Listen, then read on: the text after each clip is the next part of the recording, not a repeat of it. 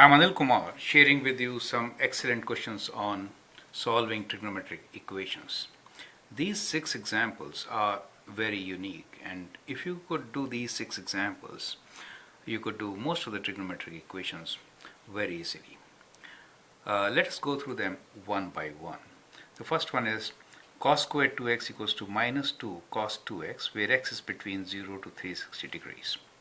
In rest of the questions, I have taken domain of x within 0 to 2 pi. So there is a mistake here. Okay, 0 to 2 pi. Part B is sin x plus cosine x minus 1 equals to 0, where x is between 0 to 2 pi. C is 2 sin x tan x plus secant x equals to 5, where x is between 0 to 2 pi. D is sin x plus 2x minus 1 equals to 0, x being between 0 to 2 pi. E is cos squared 2x plus 2 cos 2x plus 1 equals to 0, where x is between minus pi to pi. And the last one here is cosecant x equals to square root 3 minus cotangent x, where x is between 0 to 2 pi. I'd like you to pause the video, solve these questions one by one. I'll provide you with the links for their solutions, so you can check your solution with the links. Now, here are a few things which you should keep in mind when you solve these equations. For part A and for part E, we have argument 2x, right? So, and the domain is from 0 to 360 degrees, right?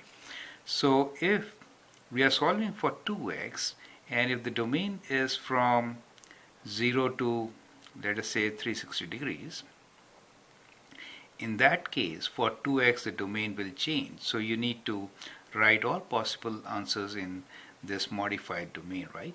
For 2x, remember that. In part E, the domain is from minus pi to pi. So here you're given x is less than equals to pi and greater than equals to minus pi. The domain here will change. So it will become from 2 pi minus 2 plus 2 pi, right? So that is the change in domain which you need to do while writing your final answer. So keep that in mind.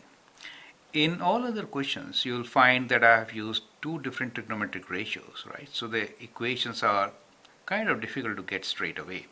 So strategy in such questions is that you take one of the terms to the right side and square both sides. So for some of these questions, the strategy here is isolate one trigonometric ratio, right? So first is isolate a trigonometric ratio, right?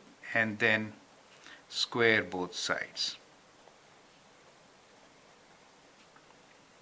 Remember, whenever you square, there will be some errors included, right? So errors, because minus 1 square, you will make it 1. So that will result into errors. So therefore, at the end, check your solution. And only write down the solutions which are correct, right? Which satisfy the given equation. So these are the strategies which you may like to incorporate to solve these equations. Here, this one, you may have to work with sine and tan to get one equation in tan, right? So you could also use some identities, Pythagorean identities, to get equation in one particular trigonometric ratio, and then you can solve it, right? You can factor and solve also. All the best, try to do them, and look into my suggestions. They will definitely help you. Thank you, and all the best.